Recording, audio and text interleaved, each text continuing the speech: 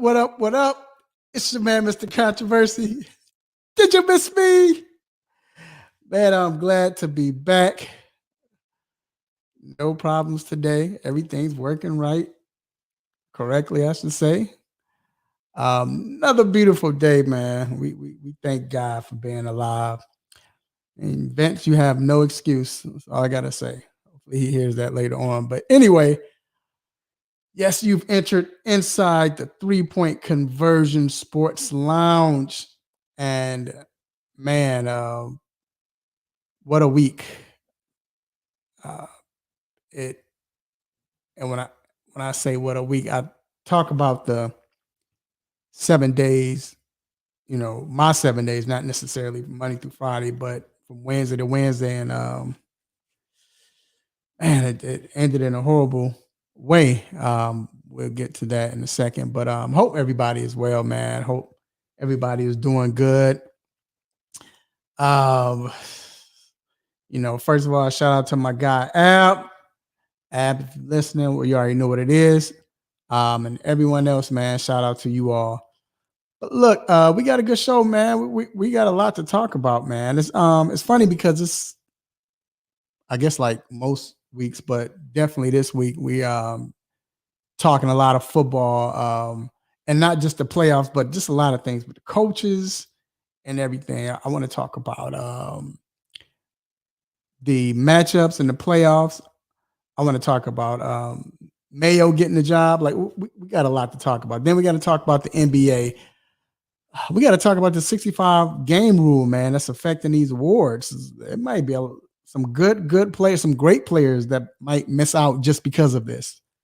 So we got to get into that. Also, we're talking about the LA Clippers. Look like they're on board all of a sudden. Everybody was trying to write them off, but hey, they look like they're here to stay. So, and then, man, we got to talk about injury report, what's going on, injuries, how it's going to affect the football games and the basketball games. And we got quick hits, stop it, what's on my mind. So please let your family and friends know they can listen to the show on the 3 Point Conversion Facebook page and also the 3 Point Conversion YouTube channel. But yo, it is time to get to these quick hits. What up, TJ? Let's get it. So first off, you know what, y'all? We're gonna go old school, man. We gonna play a little music to it. Let me get in the groove a little bit. We about to play something. We'll do this. We'll hit you with this. So first off, man, sad news. Very sad news. Golden State Warriors assistant coach, and I hope I'm saying it correctly, John Milojevic. I'm sorry if I'm pronouncing it wrong, but he passed away today at the age of 46 from a heart attack. And a sad news. That it's funny because you knew something was up when the Warriors, when they canceled the game tonight.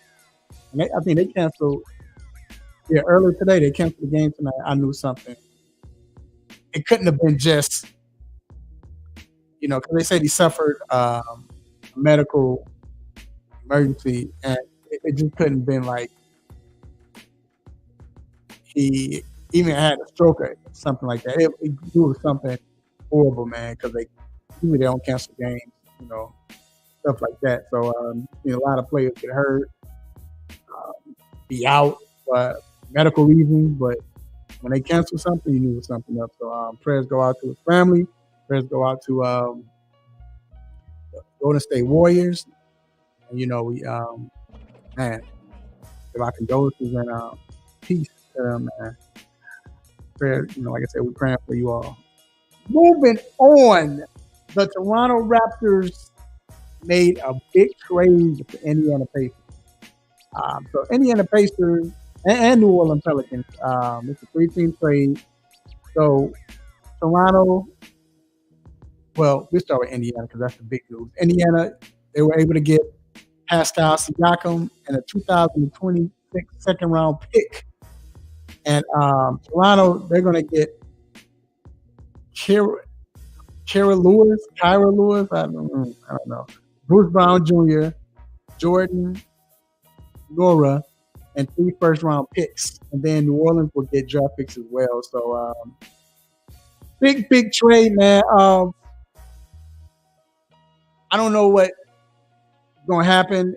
And TJ, I'm with you, bro. TJ says Indiana gave up how many first round picks? Gave up like 15. Pascal was that dude, but wow, like they're trying to buy a championship for real. And the thing is, I mean, they must have a deal on the table for him to sign. Like he knows he's going to sign or something, because for them to give him that much, give up that much, that's a lot. But you have some nice pieces. I felt like Bruce Brown was one of the pieces you needed. Like that was that one piece that you didn't need to trade. Like to me, he is the glue of a championship run. But Brown was like, "No, we got to have him." So I guess I get it, but at the same time, like you still got Halliburton, still got Turner, you got Mather, you got a lot of pieces still. Hill still there, but like I said, I was just a big cherry. We'll see what happens, man. You know, Pascal was finally out of Toronto. See what he can do on a team that's winning. We saw what he did during the run with Kawhi, so let's see what he does with this. But that was a lot they gave up. Moving on. Some more sad news. Well, this happened before, but it's sad just what they found out and everything. So the Indianapolis police found they came out and they talked about what they found with coach owner Jim Irsay. I don't know if y'all remember, they found him unresponsive in bed on December 8th. And they said he was cold to the touch, which is scary, but he's alive, thank God. Now we know that. And they said it was due to overdose of opioids. So, man, I know the show. Life's too short, but hopefully he gets well. Hopefully he is well. You know, they're conducting interviews for the GM, everything like that. They're trying to get a new coach, knowing Thursday he's probably in the mix of that right now. But I'm glad he's fine. But hey, they need to leave this stuff alone. Not that good, you know. So yeah, TJ said they're still in third as far as the East, as far as Toronto. Yep, they are. Moving on. Last but not least, TCU women's basketball team cancels 2 games due to not having enough players available to play due to injuries. I've never seen. I can't remember. Only time I heard something like that was during the pandemic. So to see that now and it's not because of the pandemic, it's kind of odd.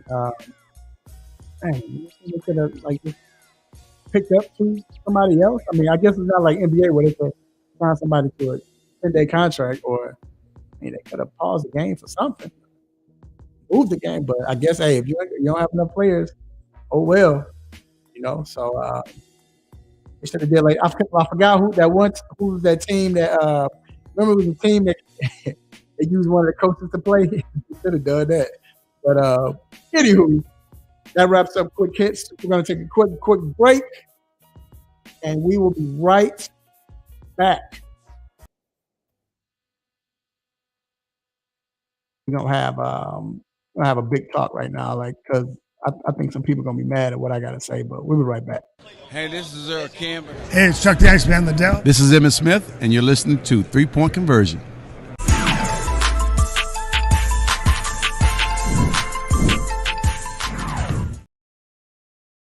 Hey, y'all know somebody had the nerve to say, "Oh, y'all put all that together." They didn't.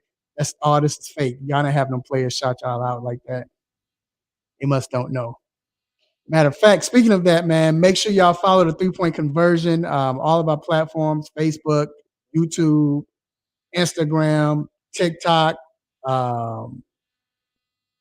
Hey, look for what is it? Inkland, all of that, man. LinkedIn. I'm sorry, we're going to be there. We're going to be at Super Bowl. We're going to be broadcasting from Radio Row. So we're gonna have all that good stuff, some hot interviews, hot takes, all of that good stuff. So you don't want to miss it. Speaking of hot takes, so we saw what happened in the NFL playoffs this past weekend, right? The Dallas Cowboys got embarrassed. I mean, I was embarrassed. I'm not even a Cowboys fan. I was embarrassed. I had to turn the game off. Now you be watching something and it has nothing to do with you, but you kind of slide in your chair. That's how I was with that game. I was so embarrassed. And the Eagles, man, what's going on with the Eagles? They look horrible. But this is my thing. This is what I want to talk about. I'm tired of this microwave league. When I say microwave league, I'm talking about as far as you've heard reports saying, well, and we know Jerry Jones. I mean, we kind of know how Jerry Jones is anyway. So I might be able to understand that, but still, they're saying Mike McCarthy might be on a hot seat. Nick Sirianni is on a hot seat. For what? For what reason? So let me start with Nick Sirianni. This is a coach that when he came in first year, this team didn't make it to the playoffs the year before last. I don't think they made it the last 2 to 3 years. Either or, he comes in and he takes the Eagles to the playoffs. He starts, hurts, and they go to the playoffs. First year he was there, right? Big improvement. The next year they make the trade to get A.J. Brown. They get some more players. Now all of a sudden they're in the Super Bowl. They should have won the Super Bowl if it wasn't for a miraculous comeback by Mahomes. Eagles will have that chip.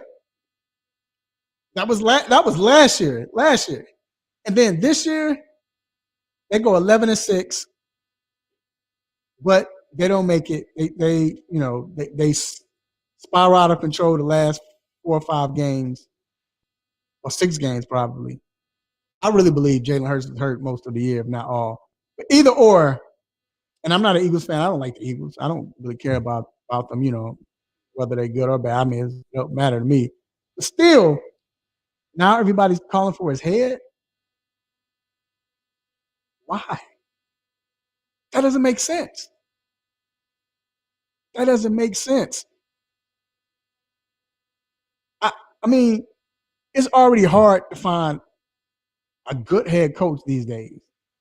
I'm talking about a coach is going to be good for for years to come, just continuously. I mean, yes, we can talk about Tomlin being subpar in a sense, but still, the fact that he's never had a losing season in all those years is tremendous. But you want people like that, Bill Belichick, and so on. But you think so? When Bill Belichick first came to Patriots, I think they won the Super Bowl. No, they didn't. They missed out in the first year. I think the second year they won the Super Bowl, and then I believe I'm right. The third year, they all of a sudden next year after the Super Bowl, Brady gets hurt, so they missed the Super Bowl. They didn't panic. Go back to the Super Bowl. Go back to the Super Bowl again. Right from then on, I think they missed the Super Bowl. They was getting to the championship game or what have you, but they were missing the Super Bowl. They hadn't won. I think after the 2004 year, the next year they won. It was a minute because they didn't win in 5. They didn't win in 2006, and they definitely didn't win in 2007. They went there. They had the best record. They didn't win 2007. They didn't win 2008. My whole point is, why didn't Belichick get fired? Now you say he won chips. I mean, give this guy a chance. 3 years, y'all won the last 3 years. Y'all won what? I think first year 9 games. The next year he came back. That's when they won 14 games, 13, 14 games. And this year you win 11. And you're calling for his head? Now, we know there's something going on in the locker room. And everybody's saying he lost the locker room. The way they're acting, I don't think that he lost the locker room. I just think the locker room is undivided, or they're divided, I'm sorry. And not divided because he lost the locker room. They're just divided. Now, is it it's up to him to kind of get that together. Kind of, yes. He has something to do with that. He needs to get them together. But at the same time, it takes players. A.J. Brown, he got my stop at last week because A.J., main one complaining, I'm not getting the ball, this is messed up, whatever he was saying. Then all of a sudden, before the playoff game, hey, we need to call a players-only meeting. We need to get this together. We need to follow the league. Come on, man, stop it. Don't do you the problem. Deal with that. But it's something's going on. Yes, now he made a mistake when he switched the defensive coordinators in the middle of the season, or kind of towards the latter of the season, when don't quote me, Dasani, I think that's his name. I know he coached for the Bears, but he was doing a good job. They were playing well. That's why they were winning, basically. And then he switches to Matt Patricia after that loss, and all of a sudden, to Kansas City, and all of a sudden, not to Kansas City, but to, I think it was after the Kansas City game. Then all of a sudden, he's the defensive coordinator. Then they start losing. The defense looks horrible. So I get that. You put that on him. Makes sense. But still, why in the world would you want to blame everything on his coach and make him the scapegoat? That doesn't make sense. They must don't want to win if that's going to happen. Now, this is media and people talking, they're saying they're looming, they're thinking about it, what have you, but nothing has came out officially. But for fans to say, oh, he needs to be gone, sound dumb. Arthur Smith should have been gone, right? Luke Getsy, he should have been gone. Yeah. Oh boy, and for the Chargers, he definitely should have been gone, right? But somebody who's winning and constantly winning in 3 years, y'all made it to the playoffs. I don't get it, man. I don't know. And then with Mike McCarthy, are we gonna blame this on McCarthy? Or are we gonna say that this has always been Dallas, right? This has always been Dallas. Sorry, Dallas fans, but this is Dallas. This is what y'all do. This is what's been going on. And I'm not the one that when Dallas loses, the Dallas fans, Cowboys. I don't do that. I don't really care about them. You know what I'm saying? That cool. You know what I'm saying? I rock with that. But I don't care. I'm past McCarthy with the Green Bay Packers, so I have no beef with them at all. But it's just the truth. It's just the fact of the matter. And this guy, first year he wins 6 games. He gets there. Okay. The next year, he wins. It was the first year with Dak. I think that was the year when Dak was out, I believe. I think. Either or, I think so. Yeah, that was the year when Dak was out, when he got hurt. But after that, he's won 12 games each of the last 3 seasons. He's gone 12-5, 12-4, and then 12-5 and 12-5. How could he be the scapegoat? Why would you want to let him go? I don't know why Jerry want to let him go, because he listens to Jerry. He does everything Jerry wants him to do. Remember, you fired Parcells. You didn't want Parcells there because he didn't listen. So why should he be on a hot seat as well? It doesn't make sense.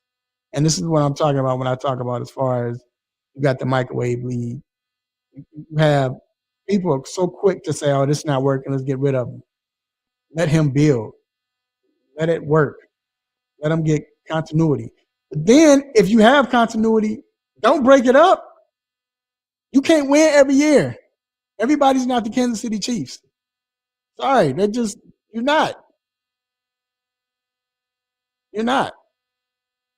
That's like them saying we're gonna fire the Cincinnati head coach.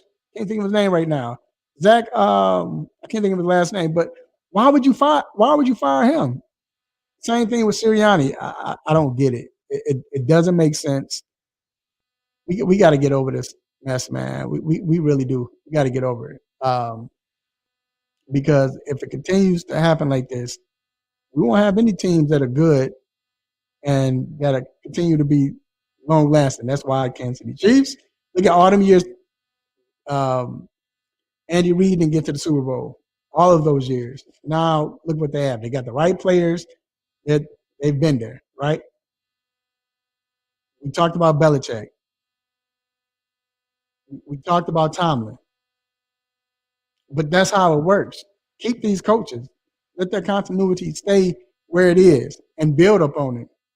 Or build continuity. Let them get a chance to do that. But you fire them after they've been successful?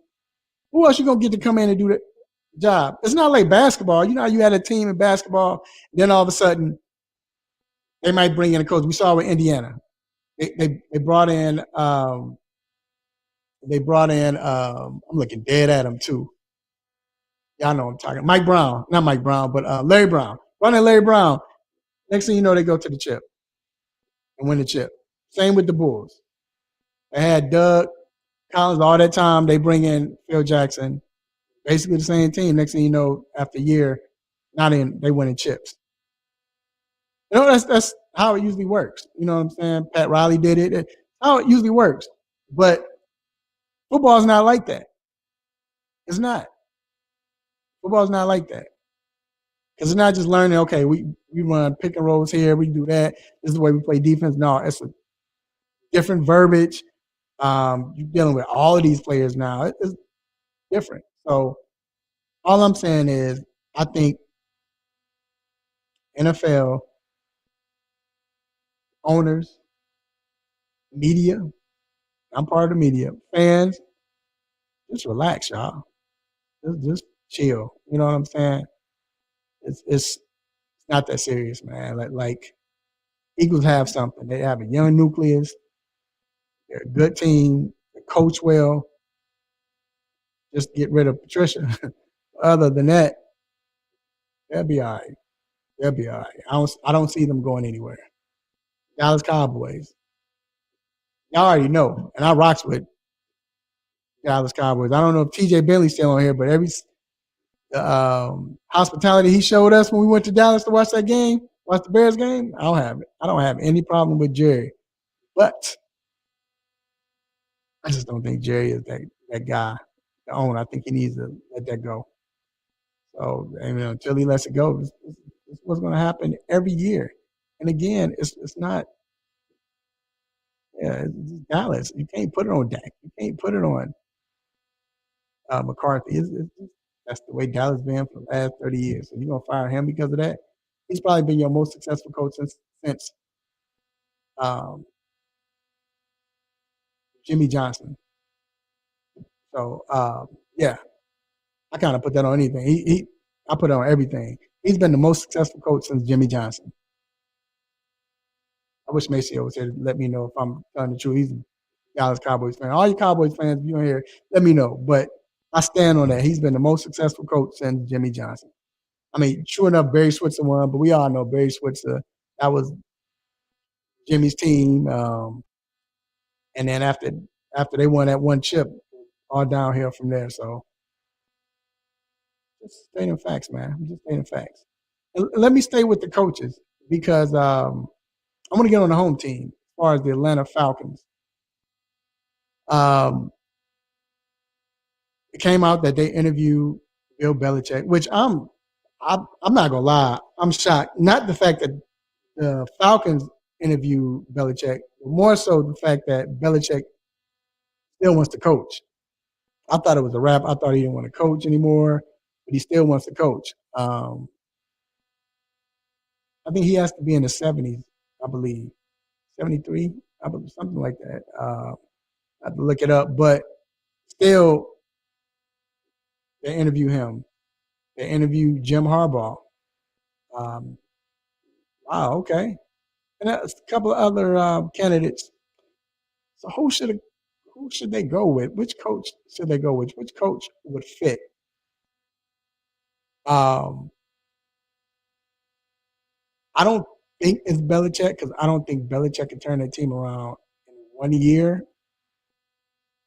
I believe they can get better, but I don't think that they would be like a contender as far as a chip. No, but because he has too many rules, and not saying it's bad, but You have to adjust. That's more than just adjusting to the coaching style or the schemes. No, that's a big adjustment.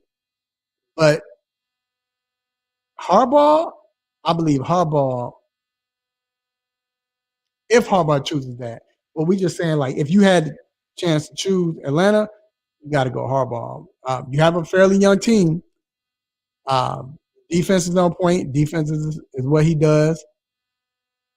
The problem is if he comes back, I know the Bears interviewed him, but if he came back, let's say if Harbaugh comes back, wherever he goes, especially a team like Atlanta with those running backs, he'll bring in Greg Roman. But it will be successful because it was successful in San Fran. You know, the passing game, definitely he'll use Kyle Pitts. London, I think I'm not going to say London's a star, but I think in the right system, London can be a very good wide receiver, very good wide receiver.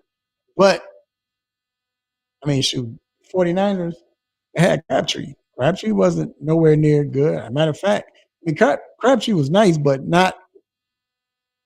And you know what? We don't know. Maybe that was because of the offense they played in. But for that offense, he did what he needed to do. He got open. He was the guy that got them touchdowns, and he was a go-to guy. I think Drake London can be that with Kyle Pitts. So in that offense with Greg Roman, I think you have to go Harbaugh. If I was the Falcons, I would. I mean, because I feel like Belichick has 3 more years. Is that enough for the Falcons to get to where they want to get to? I mean, they don't have Brady. We'll see what they do in the draft. I mean, we're not giving. When I say we, the Bears, we're not giving you Fields. So what's going to happen? But I think with Harbaugh, now you can at least get 4 to 5 years easily, and I think he would stay there, and that's what'll happen. But as for Harbaugh, where should he go? Because right now he's the hot commodity. I thought it was the Chargers. This is my thing with the Chargers. As much talent as they have, I mean, first of all, it's a sexy pick when your quarterback, you have a top 5 quarterback, or it could be a top 5 quarterback, right? Have a great quarterback. Everybody wants to blame him and say that, Herbert he never finishes, or, I mean, when your players are always hurt, what can you do? You know what I'm saying? He's always dealing with injuries. But still, you got a wide receiver. Now, you got a running back that didn't have a great year last year, but will he stay? With Harbaugh, if they decide to pay him, maybe so. We don't know, but it depends on if they pay him or not. But and the defense, they have a lot of talent on defense. They're fairly young, so I could get it, but at the same time, you got Bosa, who's always hurt. Khalil was getting up there, he's still balling, so you might get two more years, maybe 3. Still got Darwin. So, I mean, maybe, you know what I'm saying? Maybe. We talked about the Falcons. With the Falcons, the fact that they're young, that's a young team also, and the defense is very good. You're at the 9 spot. What you going to do at quarterback? You still might be able to get Penix if you want him. It should be a few quarterbacks left. So you can do that, go that route. But I think one of the great places to go is Washington.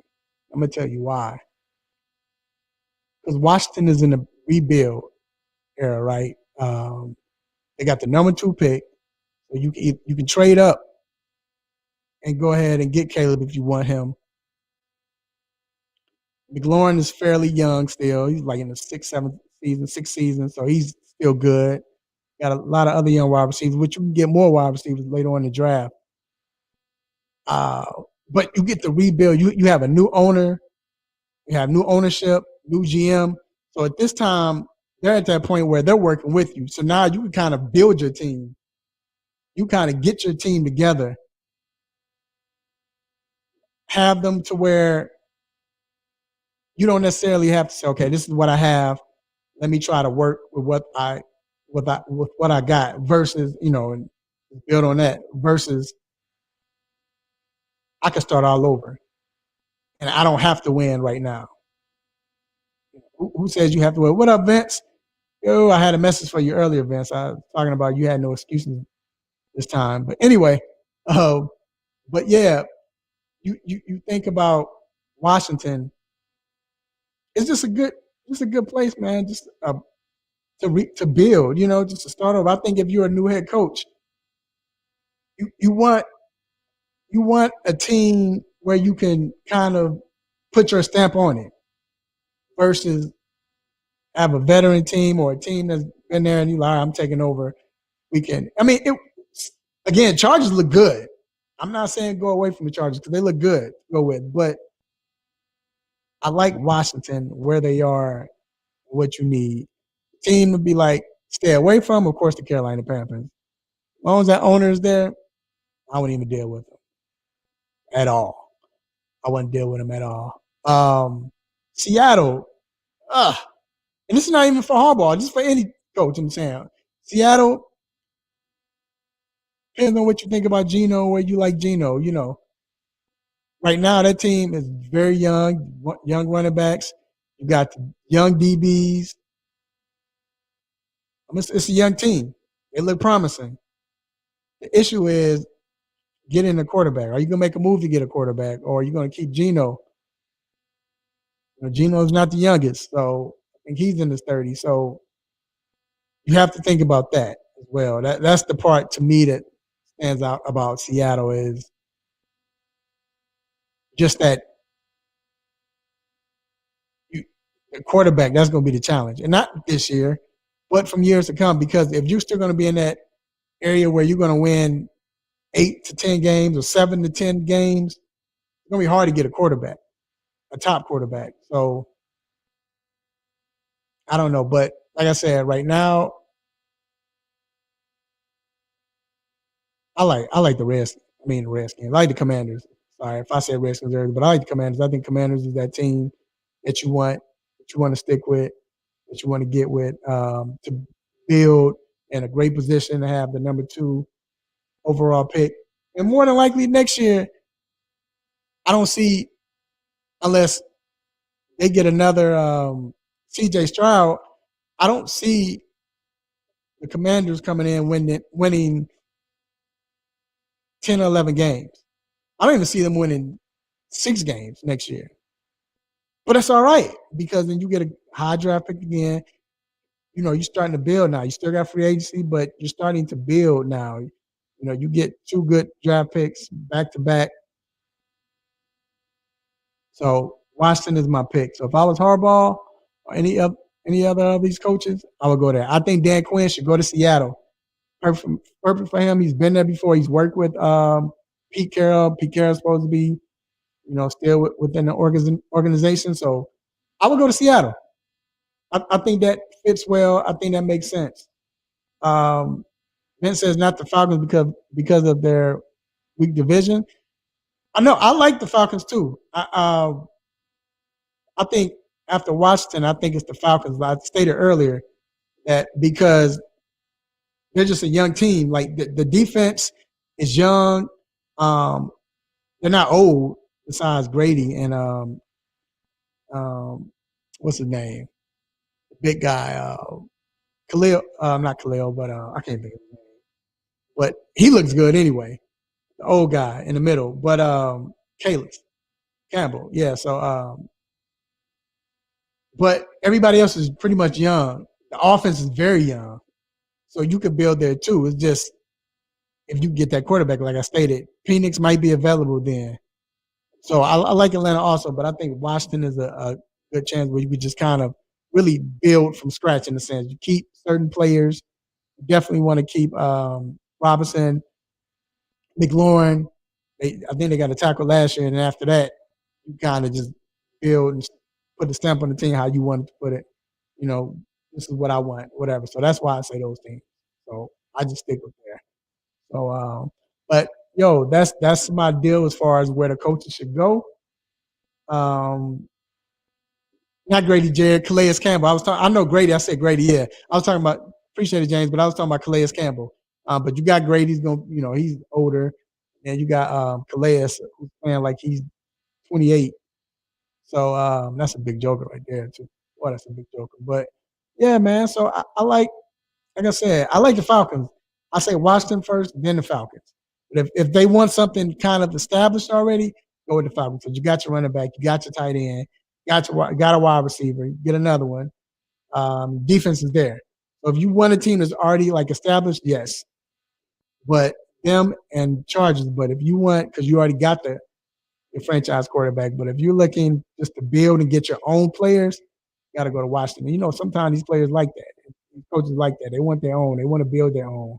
They want their own type of players. So that's why I say that. But just take a quick break, man. Get a swig of water. 15 seconds. Take a break. But yo, y'all don't want to miss this. What's on my mind? Because like coaches are the theme today. Yeah. And we're gonna I gotta get into this. Gerard Mayo, man. It's this situation everybody's talking about. He's being set up. So take a quick break and we'll be right back. My name is George Iceman Gervin. This is Dylan Brooks. What's up? This is Vince Carter. You're listening to the 3-Point Conversion. Check it out.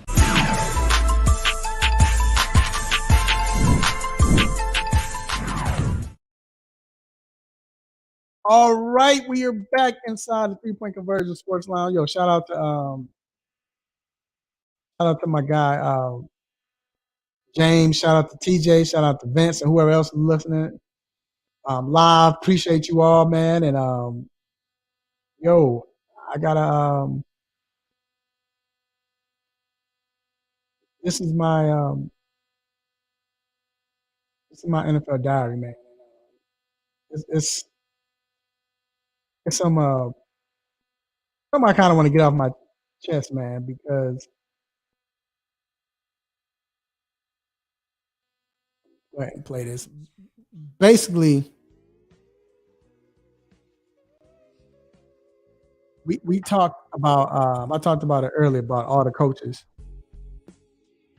but Mayo, they interviewed Jared Mayo. Mayo got the job, right? New England. And with Mayo, everybody is saying that Mayo appreciate it, man. What up, Danny? I see you. I gotta get serious with this, man. Y'all, what's up, y'all? Y'all give me hype and everything, but no. Rob Mayo, he took the job. It was in his contract, right? To go to New England. A lot of people still don't know that. Should. He's been everywhere, but it was in his contract to be the New England head coach. Who does that, right? And, we tell the truth to shame the devil. And you know how it is, y'all. A lot of us talk about how he's set up to fail because New England's not good. I didn't just say New England because he has a coaching job, but they don't look good. But anyway, still, it was in his contract to succeed Bill Belichick, which I think was dope. They were saying, you know how they do. They send up the brother. They always set up the brother. Let's be real. And I'm with you. I agree. They do that a lot. Almost all the time. Because we all thought, well, first we were shocked when DeMeco Ryans got the job. And a lot of us are saying that. I probably said it. I think I did. And you see what happened with them. But with New England, it's different. Because first of all,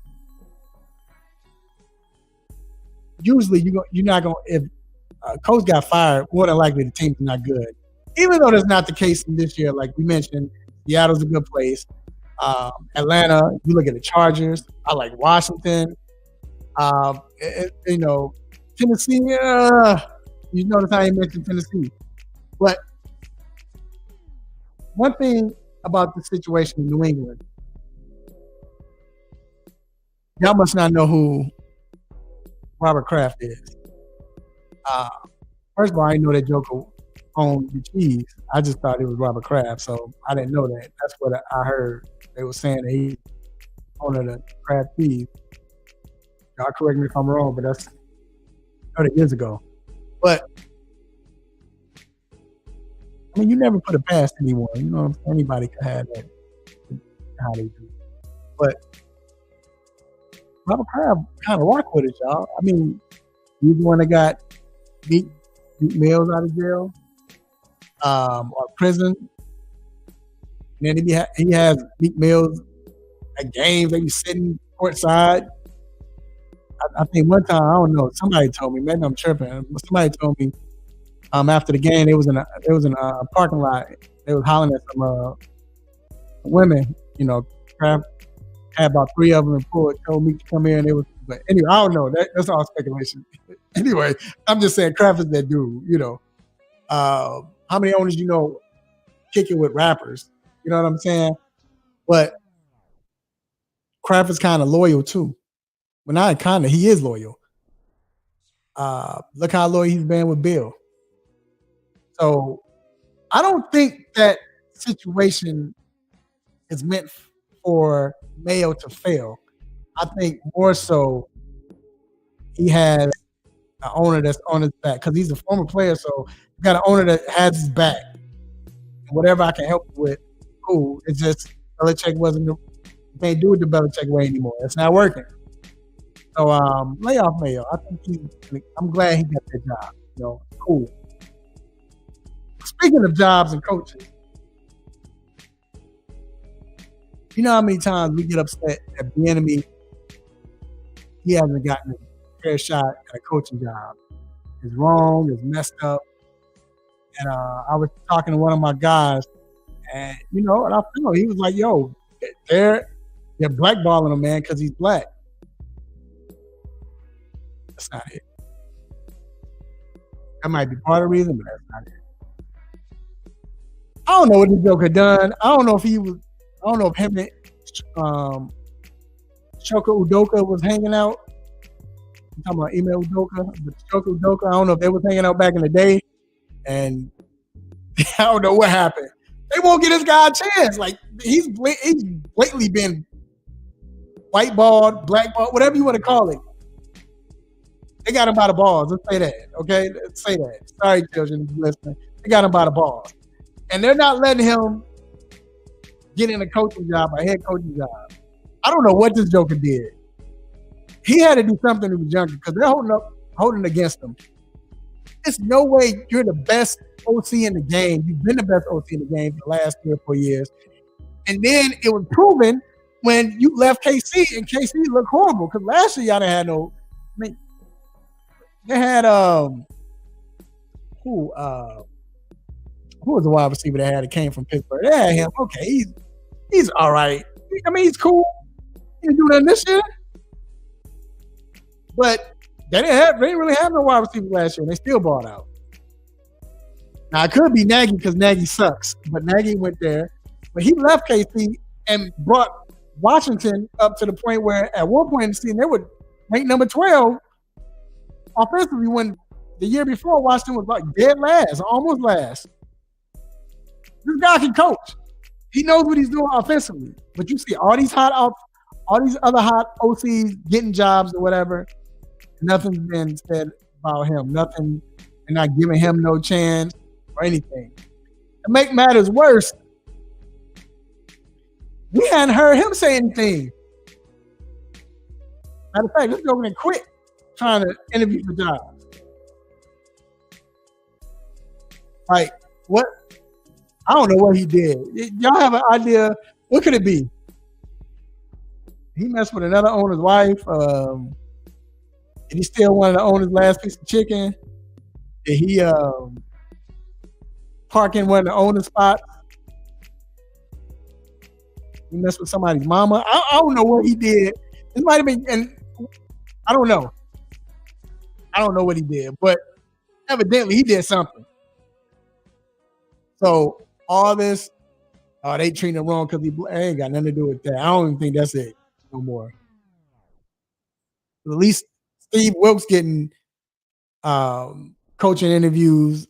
At least the defensive coordinator for the Broncos, he's getting interviewed. This Joker got blown out by 60. They scored 60 points on this defense. And this Joker still got like 3 interviews. But we're hearing nothing about Bieniemy. Now, could Bieniemy be taking his job in Washington? Let's see. But for some reason, it don't make sense, y'all.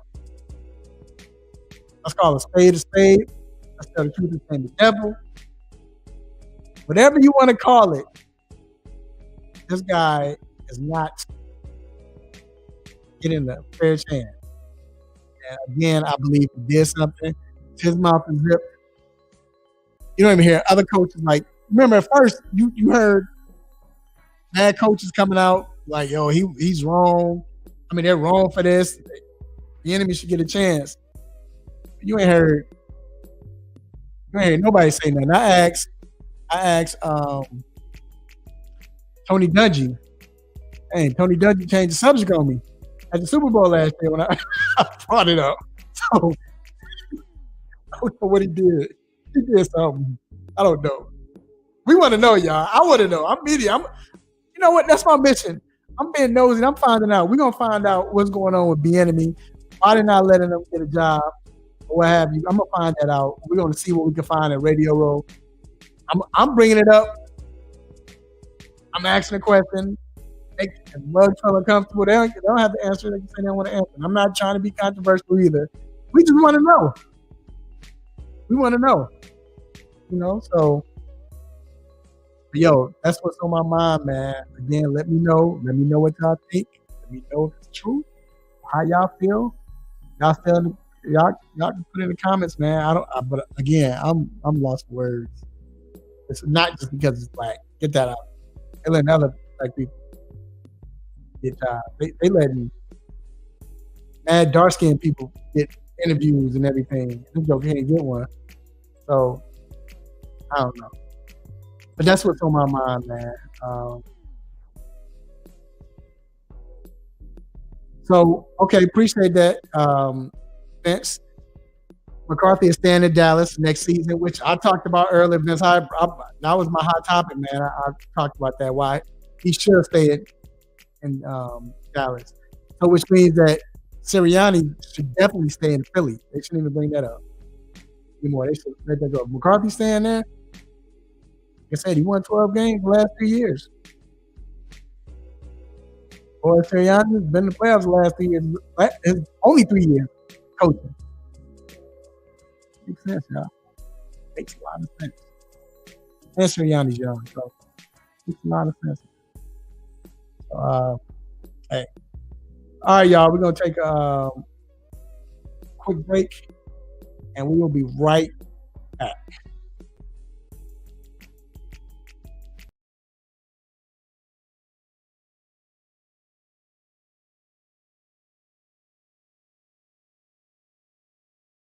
It's Kalen DeLoach, linebacker. This is Tyler Van Dyke. I play quarterback for the University of Miami. What's going on? This is Shador Sanders. You're here listening to the 3-Point Conversion.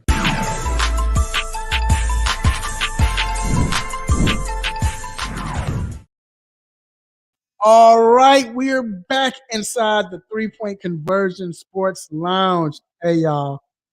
If y'all have a stop it, get ready to put it in the chat. I would definitely read it out, but you know it is time for the most infamous, the most famous Stop It segment. Let's get it. And it's funny because some people hit me up. A lot of people hit me up, hey, you should use this for Stop It. I already had this packed in my Stop It, but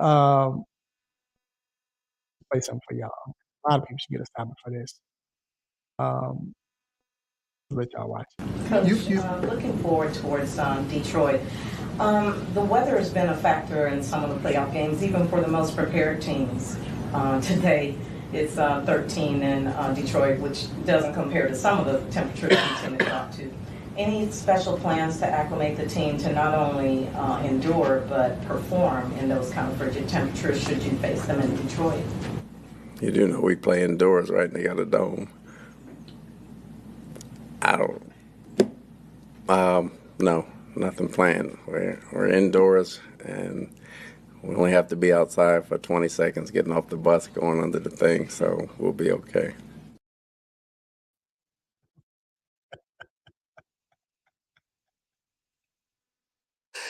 Oh my God.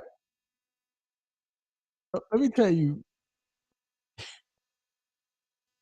Hold on, man. Stop it. Stop it. Okay, so it's a lot of people getting stopped for that. So first of all,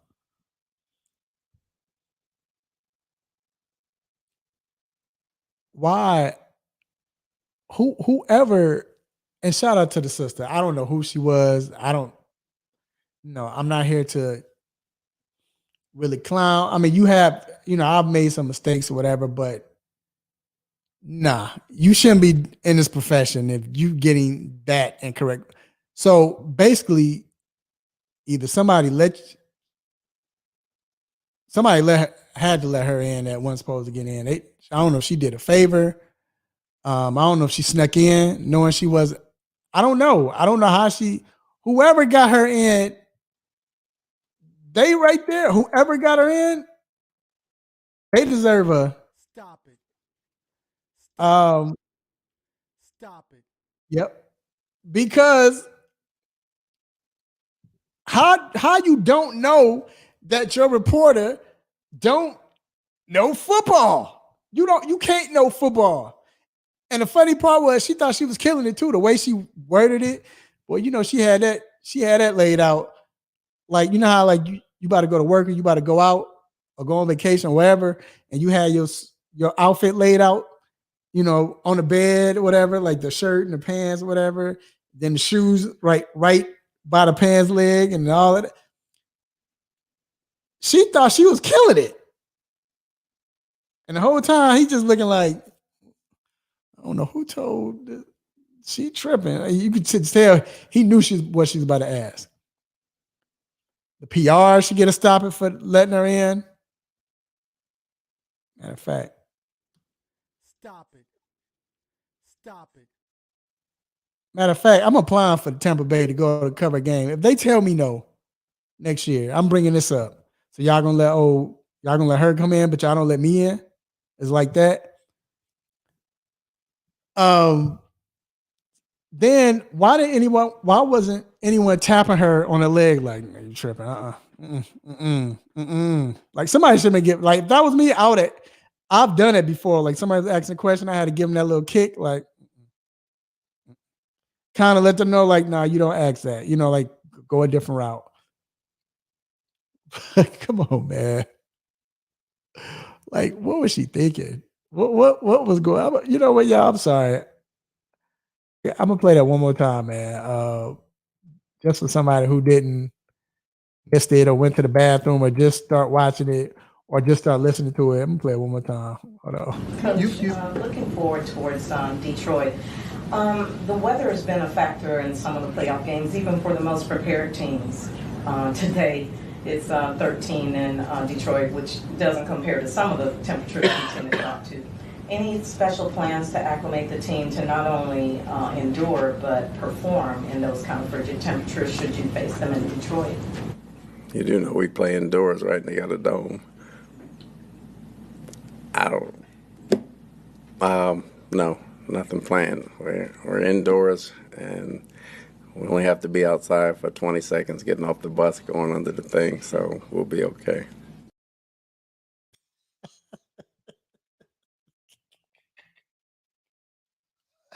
Oh man. Y'all made Ty Bowles open his mouth for that. Usually he talk like this, and I don't know, like he's smiling. Ty Bowles opened his mouth for that one. Oh my gosh, he just knew she was killing it. I'm sorry, she deserved to get clown to ask a question like that, man. Come on. She reminded me of that lady who was trying to play it out like she knew sign language but didn't know what she was talking about. Come on, y'all, what you doing? Anyway, man. That's funny. All right, y'all. So I'm gonna move on. to these playoffs. I want to talk about first. We got to talk about CJ Stroud and what he's doing, right? Got to talk about how well this guy is playing. His composure. I think to me that's the most amazing thing about this guy. Like, spectacular thing is the fact that he's very composed. He doesn't get upset. He's not mad. Hold on. Vince says I heard she had to shut down her social media because she was getting heat. She should. You ask a question like that. Yeah. Shoot, I probably was one of the ones that said something. No, I'm not like that. I would definitely like, yo, you can't do that. And I'll give her the, like try to console her, whatever. Like, yo, you tripping. You can't do that, man. Like, yo, who told you that? Like, who sent you in here? I think I was watching with my grandma. She was like, baby, who did she have to sleep with to get that job? But anyway, I was grandma. Everybody ain't got to sleep with nobody. But anyway, like I was saying, though, CJ Stroud, I think that, again, this dude is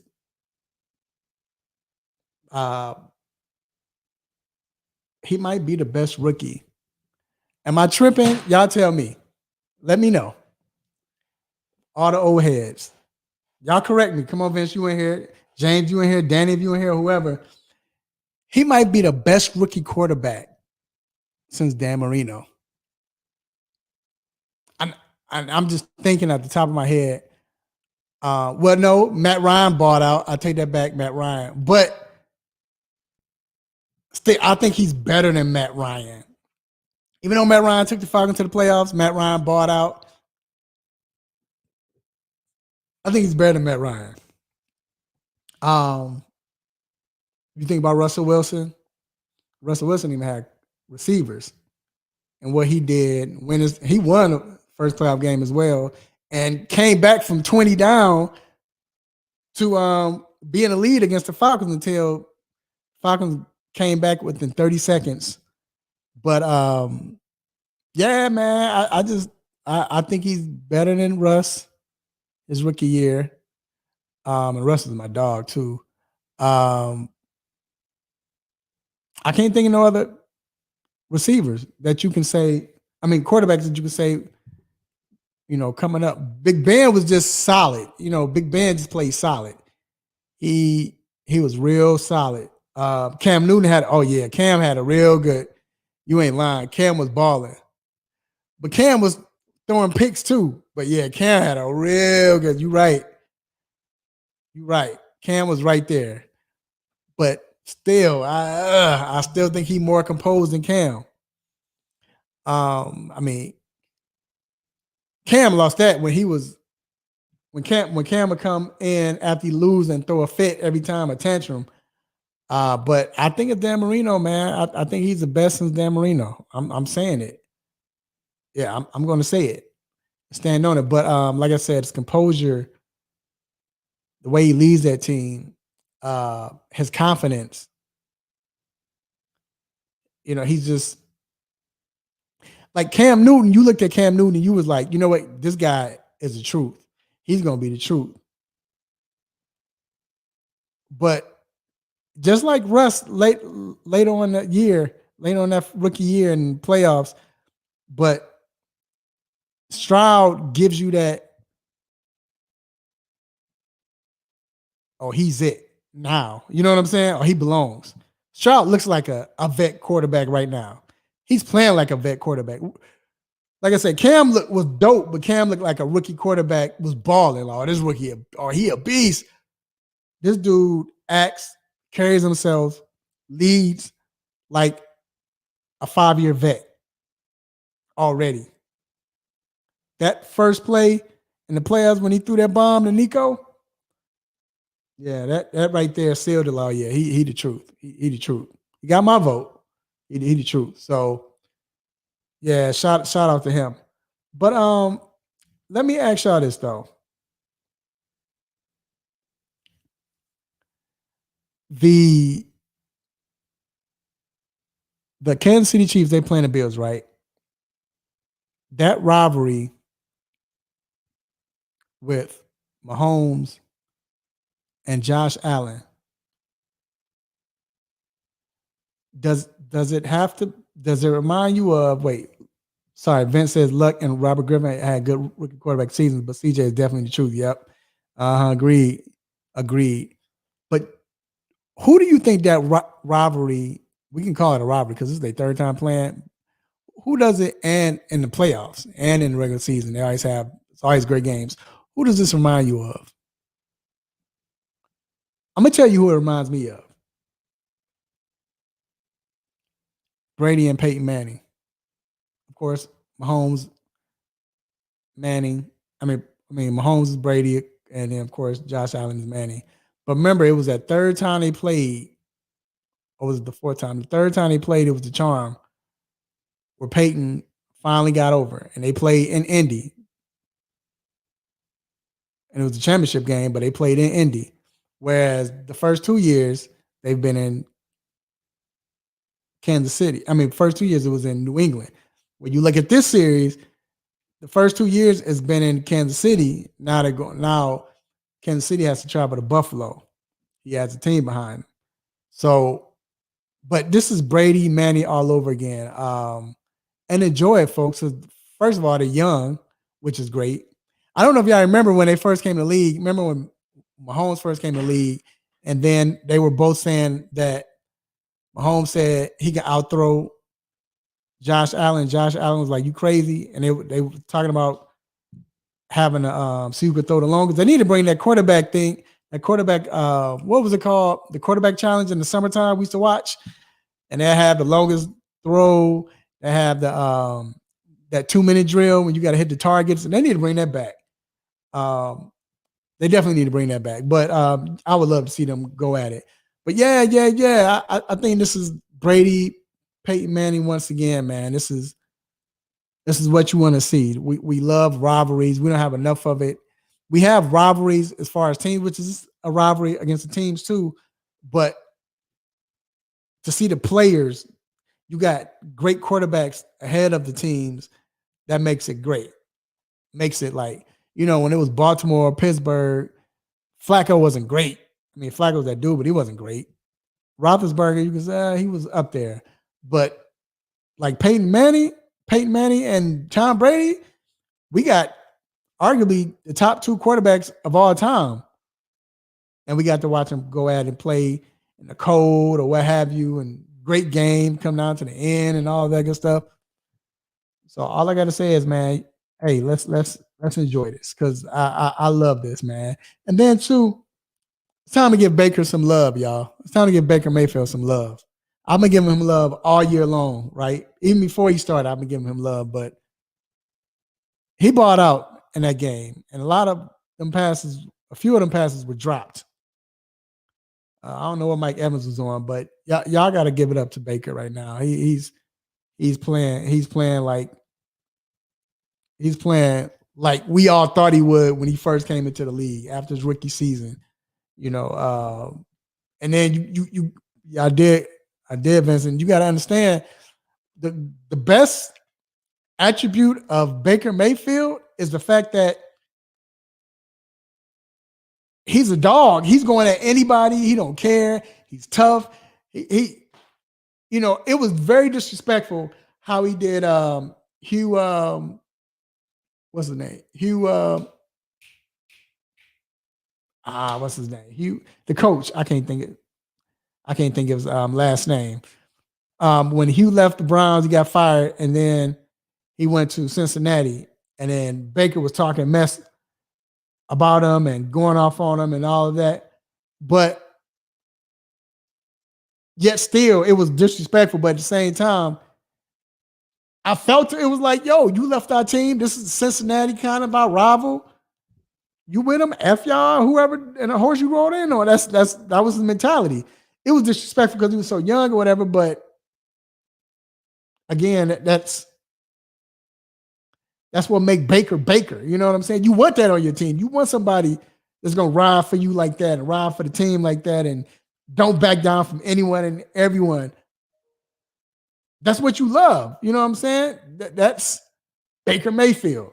So for him to do that and to be that guy, not scared of anybody, because I really believe any other quarterback that was there besides like maybe a great quarterback like that. Buccaneers weren't going. I mean, let's be real. Todd Bowles is almost the reason why they were losing. But it wasn't Baker. But Baker was the reason why they made it to the playoffs. And then you see what happened. Now the team is all together. They have confidence. So, shout out to my guy Baker, man. Happy for him, man. And happy he's proving all the doubters wrong. What quarterback would you expect to do something like this other than Baker? After everybody doubted him, said he's going to be gone after week 5 and all of that. Even Tampa Bay Buccaneers fans said this before the season. So shout out to Baker, man. And let me transition, y'all. I'm going to get into some basketball. And first off, we got to bring up, I wonder if, and shout out to Danny, because this is not me. Danny brought this up. I wonder if the Spurs are tanking. Just be real. Are they tanking? I'm going to tell you why. Because, them jokers is not good anyway. So, but I bring that up because you got the best rookie in the NBA right now. Chet is that guy, but you look at, Chet is doing that and he got other good players, but at the same time, when you got other good players, you can't double and all of that, but still, Chet is balling. But for Victor Wembanyama to come in, and he's almost averaging 20 points a game, 10 rebounds a game. He's leading the league in blocks, 3 assists a game. He's balling. I think Danny said he 40? He's like 38% from 3-point line, 80% from the free throw, and over 50%, maybe 60% from the field. He's balling, but his joke only playing 25 minutes. Why is he only playing 25 minutes? I ain't gonna lie, I'm upset. I covered the game Monday night or Monday evening during the afternoon with Wembanyama, and they was getting blown out. He didn't play a lot in the third quarter. I thought Pop sat him down. I left. I get home. I'm on Facebook and I see one of my media partners. He's at the game. He got to interview Wembanyama, and this joker had 26 points and 12 rebounds. Like how went off in the fourth quarter? I don't know what he did or how he did that, but either or, it doesn't make sense that they're tanking. Not tanking, but they're only playing them that amount of minutes per game, 24 minutes per game, and you're a rookie. Am I tripping? Does that make sense? We know Pop them, they're very strategic. I'm not mad, but so if he's averaging 20, 10, and 3.8 blocks per game and only 24 minutes, what if he was playing 35 minutes a game?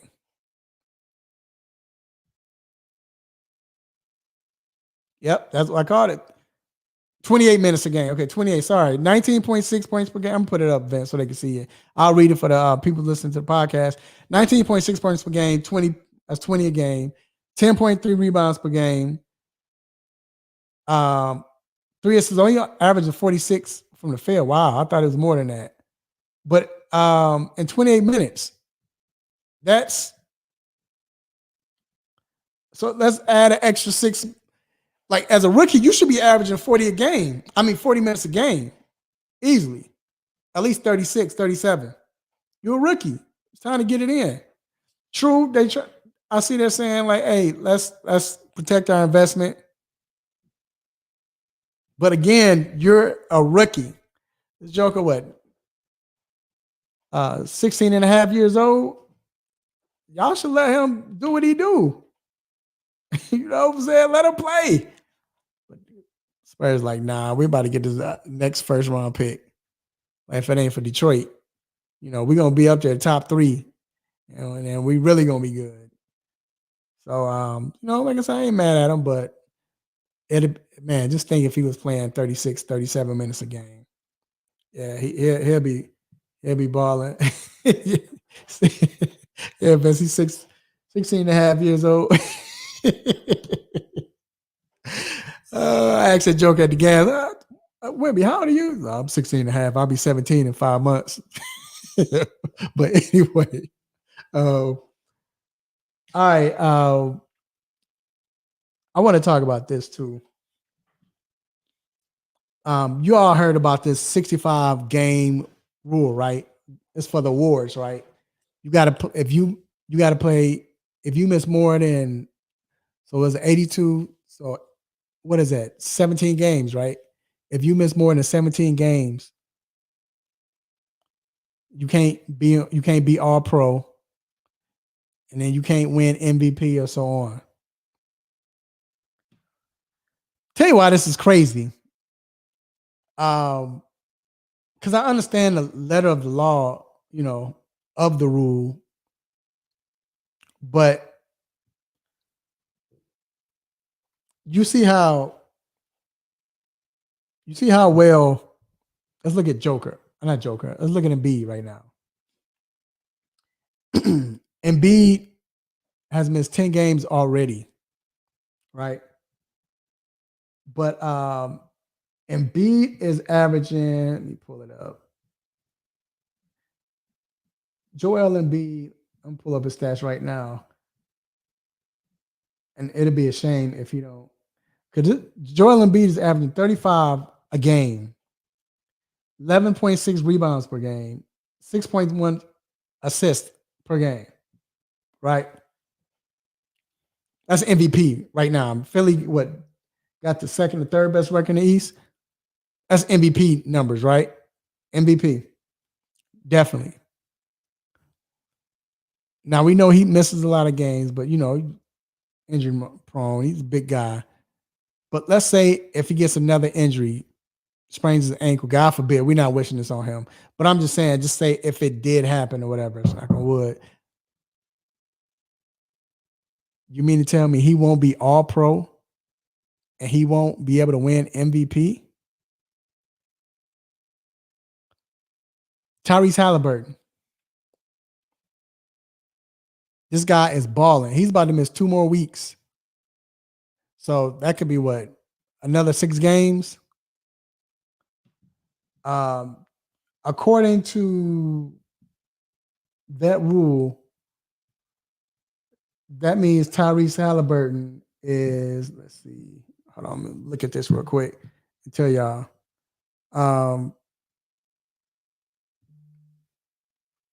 He has missed,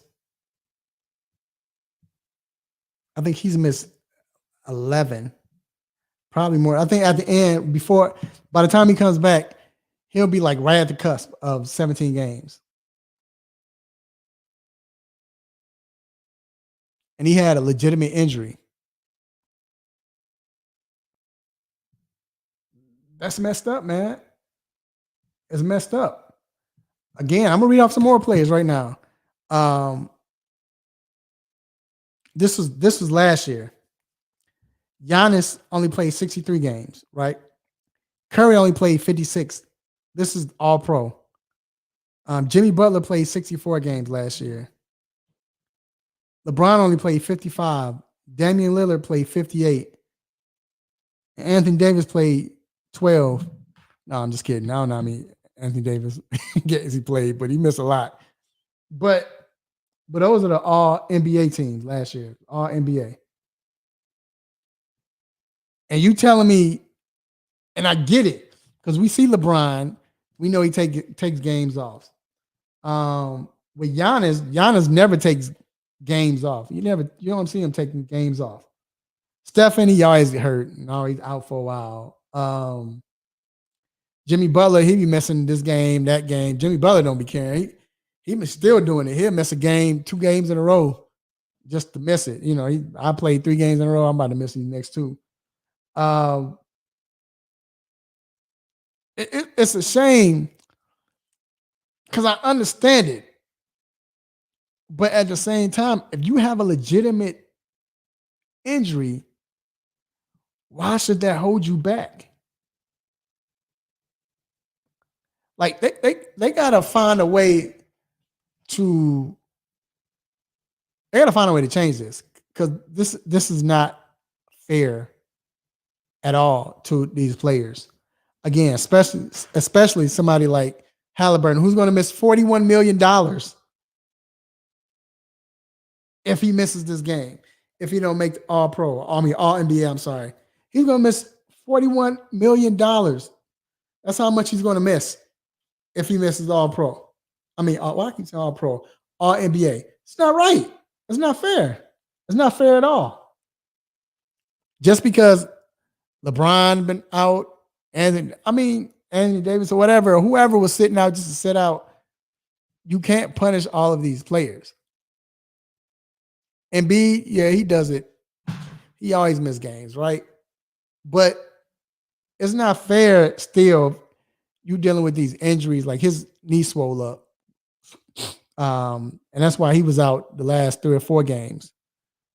But now he only has 7 games to miss. I like what Bam said. Bam said, I don't even care right now. I'm not even thinking about that. I mean, if I miss it, it's not the least of my concern. Right now, trying to get healthy and win. I'm not thinking about it. It's not on my mind. But I guarantee you, Tyrese Halliburton is. I guarantee you he's thinking about it. It's $41 million on the table right now if he doesn't come back. If that's the case, I'm telling the trainer, yo, put me in the first 2 minutes. I'll hop on that mug and then take me out. It's not on, it's not against the rule book.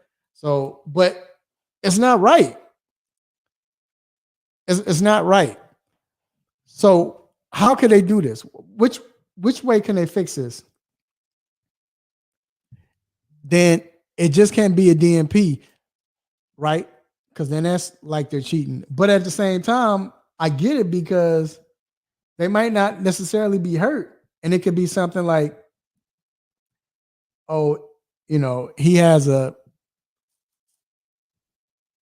be like baseball pitchers. I mean, which it affects them for real, but he has a hangnail or his ankle is sore or whatever. You can't really dictate that. But it's gotta be a way. Like if you're injured for more than 2 weeks, it should be a way they gotta take that off the books for that. That's not fair.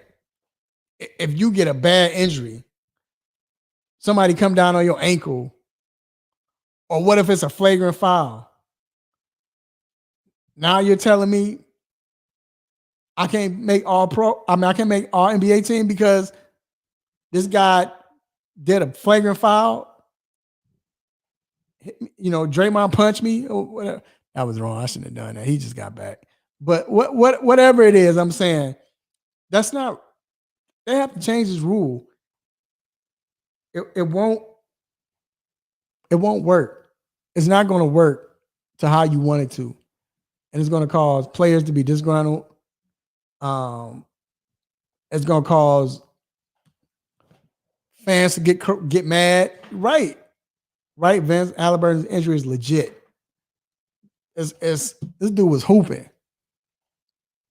And then all of a sudden, he might miss it. $41 million. It's not right, man. And now, which I can't wait till Dr. Fowler come on because I definitely want to ask him about it because now you might have players trying to rush injuries. Excuse me, because they don't want to get in. They don't want to mess around and miss money. Because remember, if you make All NBA team, somebody's going for the max. I think you have to make it twice, I believe, once or twice. Something like that, twice in a few years. I forgot how it goes. But if you don't make it, that's costing you money to get that max. Then you got to make it at least once. Especially if you make all NBA team, you get it. I think I got to look at the rules of it, how that works. But I know you get the max if you make it. And for Halliburton, best point guard right now playing in the game, easily, right? Luka's balling, but playing that position is Tyrese. And this guy's gonna miss it because of that dumb, stupid rule, which makes no sense. But they got to find a way. the NBA PA, I don't know what they're going to do, but I would be shocked if they didn't come with nothing nothing next year, especially when you see people like Embiid. He doesn't get MVP for a second year in a row, which he should win it by far. If he continues to play like this, he should definitely win it by far. But you're saying he can't get it because he missed. I don't know, man. I don't know. So, and let me read the rules. I'm gonna read the rules so y'all understand it. So, this is how it goes. So just for y'all to understand, this is the rule. So it's saying that to be eligible for an MVP, an All NBA team, Defensive Player of the Year, and All Defensive Team or Most Improved Player honors, a player must satisfy at least one of the following two criteria. Okay, so here it is. So this is it. The player played in at least 65 regular season games, right? Then the player played in at least 62 regular season games, suffered a season-ending injury, and played at least 85% of the regular season games played by his team prior to the player suffering injury. A player would be considered to have played in a regular season game if he played at least 20 minutes of such game, though he cannot count 2 games in which he fell short of 20 minutes towards the 65 if he played at least 15. It's messed up. Somebody came up with this rule because somebody was mad that Embiid won an MVP last year. Had to be. Or somebody was mad because they got snubbed for the All NBA. And I get it. Some people do rest. It makes sense. But they need to change this rule. It's bad. They got to alter it somehow. All right. And before I leave the segment, man, I want to talk about these LA Clippers. Believe it or not, right now, LA Clippers, they have the third best record in the West right now. Now remember, everybody was saying that they're not good. That was a dumb trade. It was the worst trade they made, and blah, blah, blah, all of that good stuff. I told y'all, man. Be patient. You bringing in a player that's used to handling the ball his entire career. And Harden's not even that type where I got to score 30 a game anymore. He's not that type. But he's going to handle the rock, get assists, get his players involved. That's him now. That's his game. But you're playing with PG, who was the guy that was handling the rock. Kawhi, who would get the ball and handle the rock. And you still got Westbrook. I believe when Westbrook, he kicked it off when Westbrook said, I will come off the bench and play less minutes. When he said that, I think that was the move that got everybody thinking, like, you know what? Let me stop being selfish. Let's play together. And then, too, I don't even think people were being selfish. I think they were being too selfish, too unselfish. Like, Harden felt like he was in the way. They were trying to learn spaces and all of that good stuff. But then we see what happened. Harden is playing great. Ben Harden again, even though he got his pocket picked last night. Dude traveled like a mug. The dude took like 18 steps before he dunked. But Harden is playing well. Kawhi is playing well. PG, you saw what he did last night, 38 points last night. This finally looked like a team that might make some noise. And if they stay healthy, who you think in the West can beat them? If they stay healthy. Minnesota, I just don't think Minnesota's going to. Nah, I think they're going to be like the Atlanta Hawks. Even though they got good players, they're well-constructed team. Going back to the coaches, like I was saying, it works in the NBA like this. I don't think Finch is the right coach. I think, no offense to him, but I just think they need another coach to take him over that top. You know what I'm saying? I like Finch as the coach. I just don't think I just feel like he's not the right coach. Or this is not the right year, but I still believe, I don't know if Finch is the right coach. We'll see. That's my deal on it. Vince says the Clippers are the scariest team in the West. I still think Phoenix can be tough if all healthy. Yeah, I agree too. They have the matchup. They can match up with them well. Phoenix is scary, can be scary towards the end. OKC is a team you know they give you problems, but I don't think they're ready yet either. I think it's one more year, and then they're going to be ready. But because think about the Clippers, they have so much leadership and so much experience. You're talking about Harden. PG hadn't been yet, but you got Harden, Kawhi, and Russ. They all been to the finals.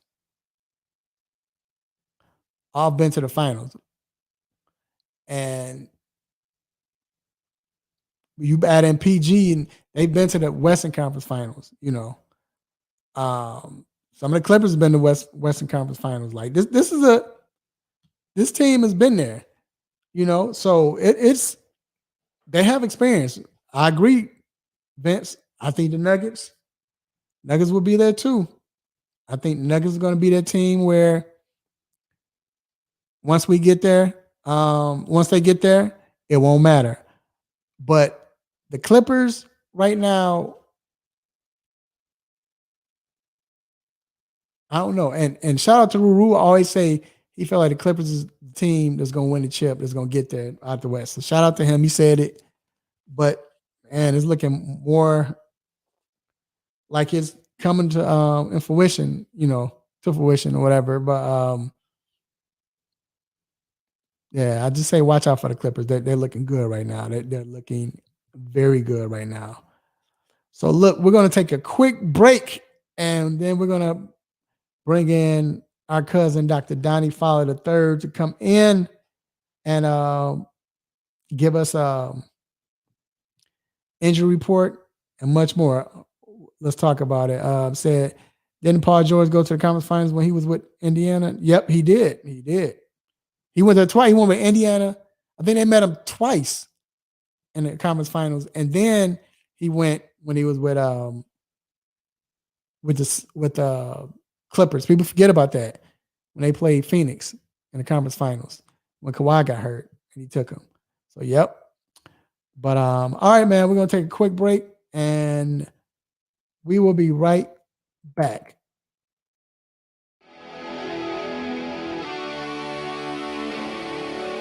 Have a sports injury? Need to see an orthopedic doctor? Ortho Atlanta is one of Metro Atlanta's largest orthopedic and sports medicine practices, providing orthopedic and sports medicine care for the whole family. With 37 physicians and 14 offices, the practice provides the highest level of care for injury of muscles, joints, bones, and spine. Ortho Atlanta offers convenient access to a full range of musculoskeletal surgeons and specialists. Ortho Atlanta also offers on-site physical therapy, pain management care, MRI imaging, and workers' compensation care. The Ortho Atlanta surgery centers in Austell and Fayetteville provide cost-effective, same-day surgical procedures in an accredited outpatient center. Hip, knee, shoulder, back pain? Ortho Atlanta has you covered with specialists in all areas. Same-day appointments, orthopedic care for the whole family. Ortho Atlanta, Atlanta's choice for orthopedic and sports medicine care. Learn more at www.orthoatlanta.com.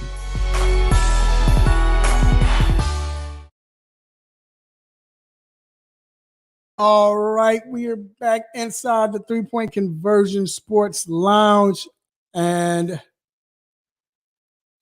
it is time to bring none other than our cousin, family, orthopedic for Ortho Atlanta, Dr. Donnie Fowler III. What's going on, Doc? Happy Wednesday. How you doing? I'm well, sir. How are you doing? I'm good. Busy week, but always nice to sit down for a minute. So, yes, sir. So you're saying that we're your only excuse to sit down? For the most part, at least today, yes. Hey man, don't get me. Don't have me put you in trouble. But anyway, Doc. So I want to start off first. We talking playoffs.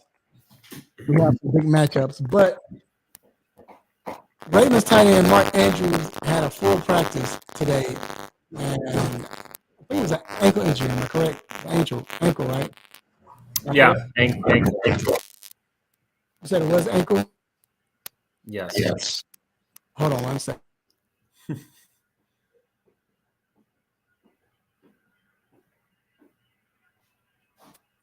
Okay. All right.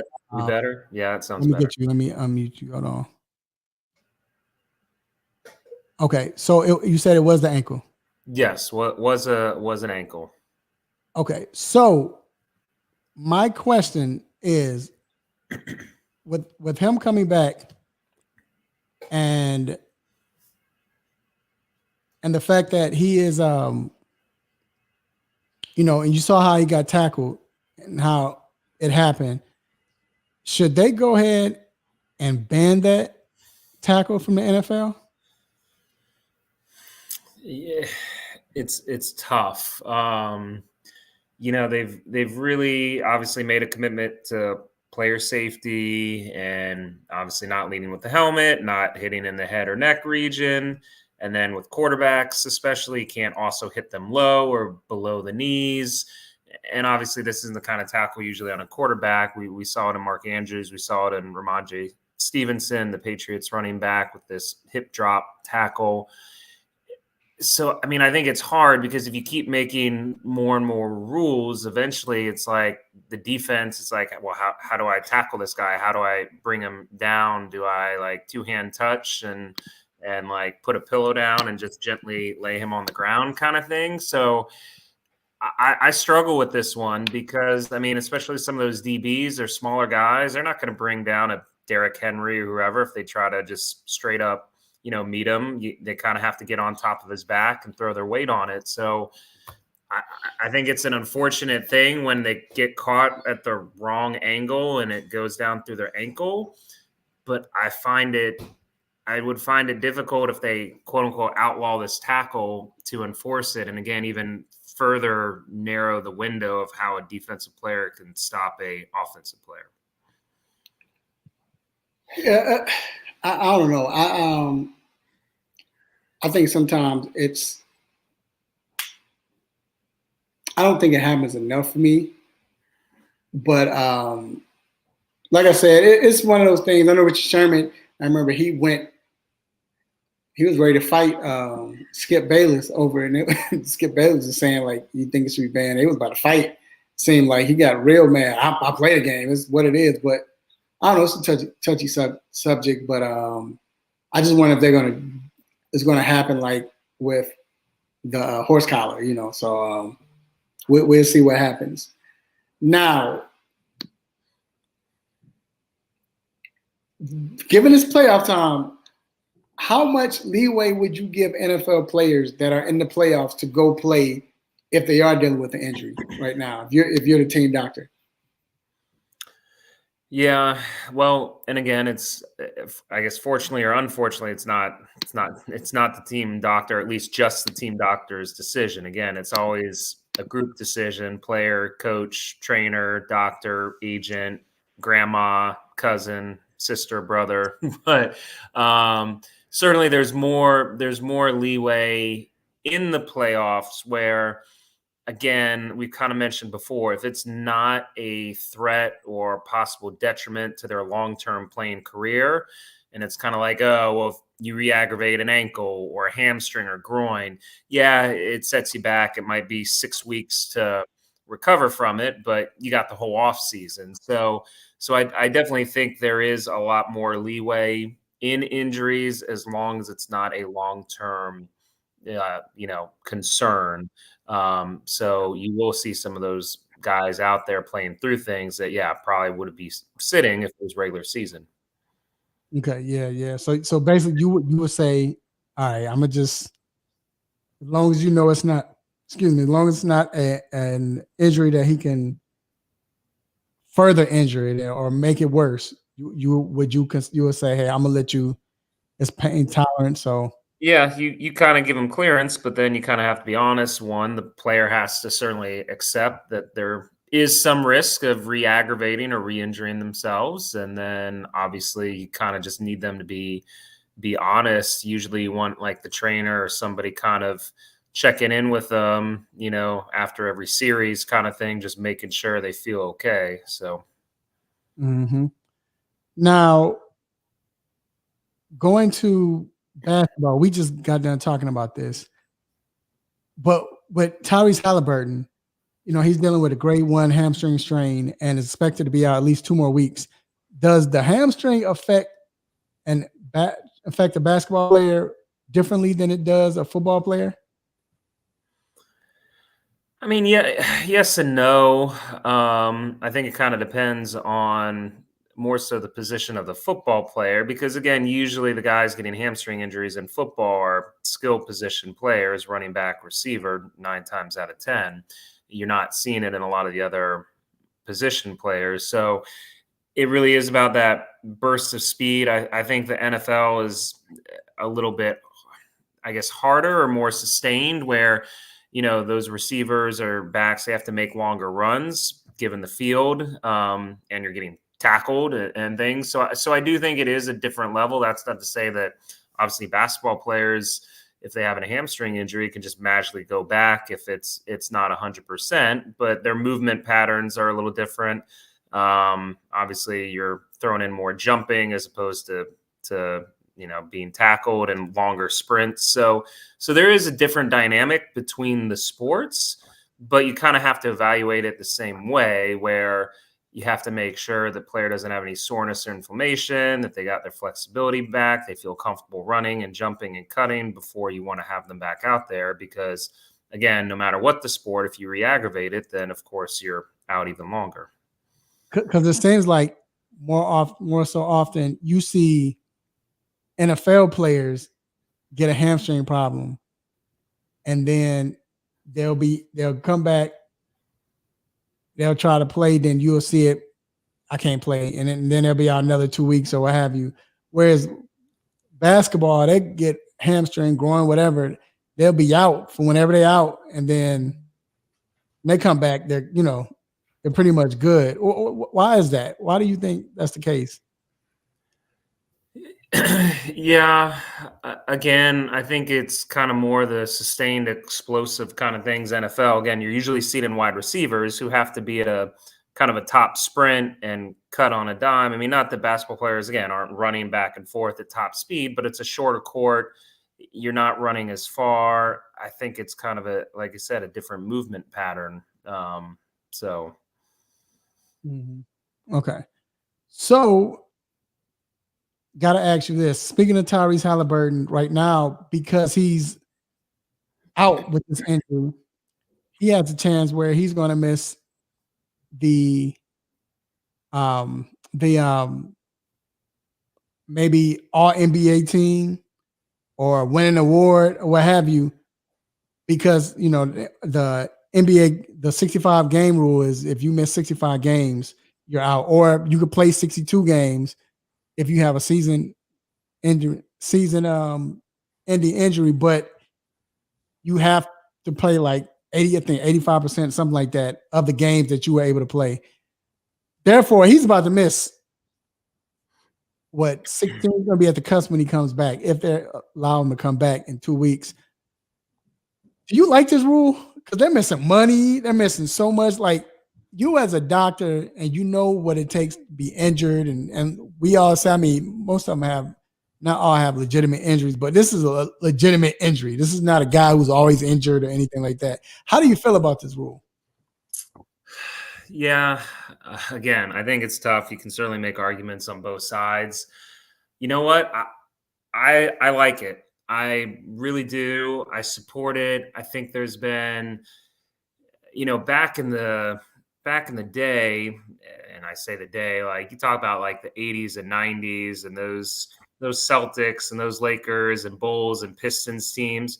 Those guys weren't doing like game maintenance and management and playing 2 and then sitting 1 and all this other stuff. I mean, it was a different time and breed. You played through it. You go on the road, fans are, especially on road games, fans only have maybe a chance once a year, if that, to actually see some of their favorite players from the other side of the coast play or country. And if that player is on rest, that's really detrimental to the sport and the fans who are trying to show up to otherwise see someone that they would only see on TV.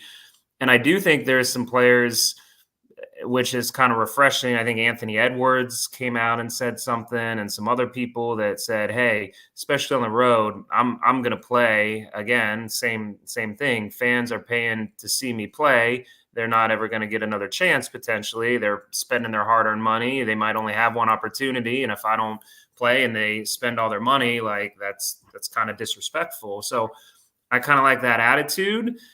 And I also like rewarding players for durability that are going to be out there. I mean, obviously, you never want people to get injured. And that's, I think, a more unfortunate thing if somebody misses it because of an injury, like a legit injury where they're out. But from the kind of the people doing more game management and just trying to, quote unquote, stay fresh and all that kind of stuff, I almost think you kind of have to reward the guys who are out there grinding and at least playing that whatever percentage to be eligible for the rewards and the all NBA teams. And then, yeah, obviously that impacts contracts and bonuses and all that kind of stuff. So I get it. It's a big deal, but I kind of like it. It holds the players accountable. Okay.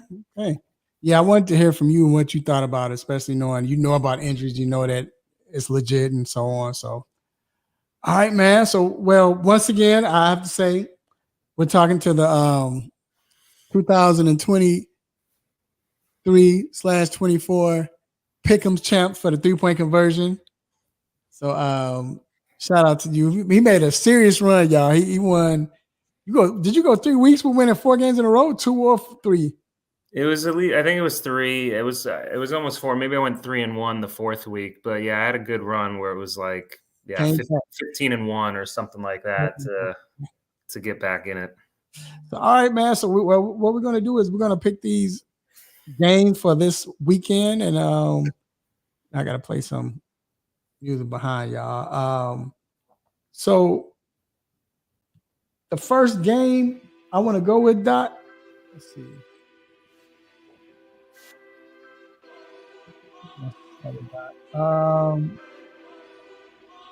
We'll start with the first game. Okay, we'll start with Houston, Baltimore. Why don't you go first? Okay. And I think, well, I was trying to remember back. I know we didn't keep track. I think last week, I went 4 of 6. I'm the NFC East embarrassed me. I missed the Cowboys and the Eagles. I think I got all the other ones, but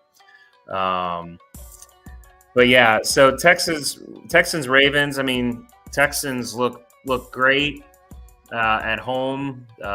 Made the Browns look pretty pathetic. I had that pick. I didn't think it was going to be that big of a disparity, but different story going on the road. Baltimore. Again, you always wonder a little bit, a team who gets that, like, does getting the rest help you, or do you get a little out of sync, not having kind of the normal game prep? And we talk about it in baseball too, where it seemed like a lot of the teams that got the bye, and like Braves ended up losing. So you wonder sometimes how a team comes off kind of that extra rest. But the Ravens are savvy. They're at home. They obviously have a defense that's always going to keep them in the games. You probably have a plus with Mark Andrews coming back. So I think Houston's been an amazing story this year, and I think we'll probably still keep it competitive. I don't see them taking down Baltimore in Baltimore. So I think Ravens by 7, if I had to guess. Yeah, I agree. First of all, Vincent, this will be cheating for him because he knows the injuries. He knows when they're going to be playing and when not to play. We're going to be seeing weird people he's going to be playing. We're going to be like, why are we playing him? And he has some insight. But no, yeah, we got to have Doc give us some of our leads. That'll be fun. Doc, I'm with you. it would be awesome to see Houston make it the game. Win the game, but I think they're going to make it a game, though. You know who the Houston Texans remind me of? The team, and not their playing style, but their mentality. Or the Pittsburgh Steelers with Mike Tomlin, D'Amico Ryans, but young Pittsburgh Steelers, or the young Mike Tomlin when he first came in the league, they felt like they could beat anybody and everybody. That's just the way they felt. Like, I don't care who you are, I don't care where we are, where we ranked. They have that confidence. But it's just, when it comes to experience, man, experience that's a big thing when it comes to, especially this divisional round. And I think Lamar is ready to show that, hey, this is my year. I'm the MVP. We're serious and we're going to win this chip. So I think they're going to come out with a vengeance. But I don't think Houston's going to back down at all. So I got Baltimore. So next game, Green Bay, San Fran. Y'all already know who I'm going with. But I will say this, take all the bias out. I hate to say this. That guy, Jordan Love, is the truth. He looks like a Green Bay Packers quarterback. That's all I can say. He got that magic. He has that. Because all of them, what they do have in the big games, in the playoffs, especially when they first came in, they have the flair of just playing great. Now, hopefully he doesn't do like the rest when it gets down to the end. Hopefully he does. But they play horrible, and they have a bad game. We'll see. But that dude he can play. But San Fran, they just too much. It's too much. Green Bay has a history of not playing San Fran where they always lose to San Fran. And I think they're going to be too physical. And, I got San Fran in the blowout. Yeah, with you for a lot of the same reasons. Loved what the Packers did against the Cowboys. The best consolation prize as a Washington fan is watching the annual Dallas Cowboys meltdown in the playoffs. Jordan Love is the real deal. He's making those. Obviously everyone knew, I think, about Christian Watson, but those other guys, Dobbs, Reed, Wicks, he's making all those young guys just look like all pros, and just it's amazing. It almost seems like Green Bay has the right recipe for how they build quarterbacks. They bring a guy in, sit him for 2 or 3 years behind a star, and get him really ready, and then they just kind of dominate as soon as they get turned loose about 3 years in.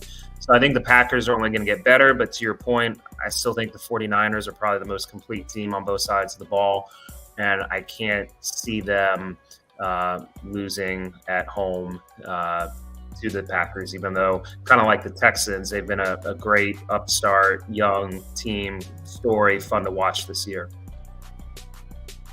Tampa Bay against Detroit, in the cold weather. Doc, did you see that? Did you see that clip where that lady asked that question? No. Wait, what? Okay, so I don't think so. Okay, I'm sorry, y'all. I gotta show you. So this is, I'm gonna put on pause, y'all. I apologize. I gotta show Doc this. Hold on, Doc. It's not letting me move up. Let's see. Okay, here we go. If y'all missed it earlier, just got to play this for Doc. I'm sorry, and then we'll go ahead with the picks. Coach, looking forward towards Detroit. The weather has been a factor in some of the playoff games, even for the most prepared teams. Today, it's 13 in Detroit, which doesn't compare to some of the temperatures we tend to talk to. Any special plans to acclimate the team to not only endure but perform in those kind of frigid temperatures should you face them in Detroit? You do know we play indoors, right? And they got a dome. No, nothing planned. We're indoors, and we only have to be outside for 20 seconds getting off the bus going under the thing, so we'll be okay.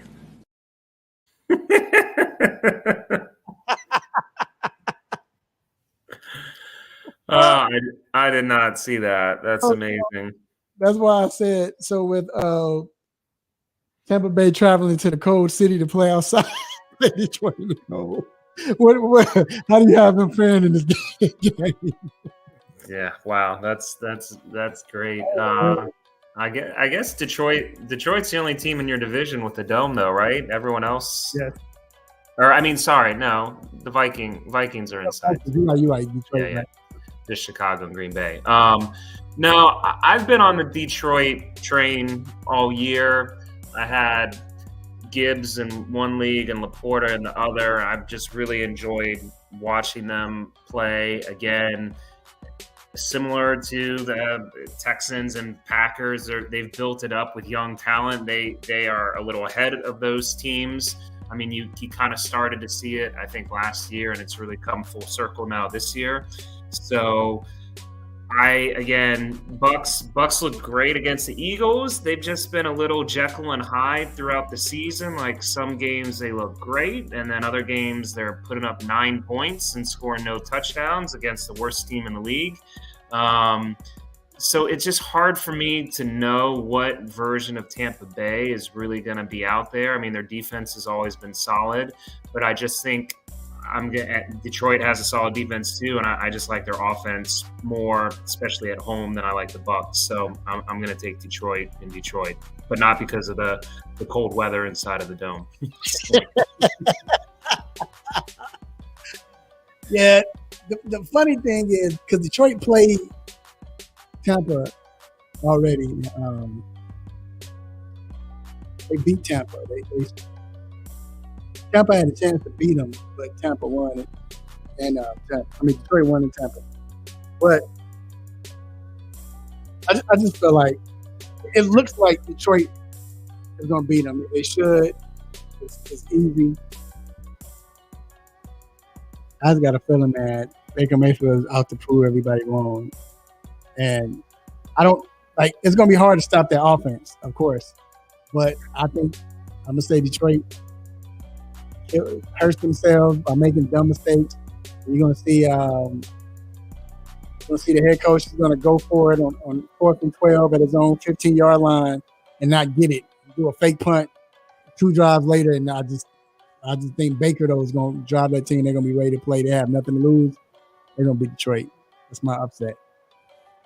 And now, last but not least, we have the Buffalo Bills hosting the Kansas City Chiefs.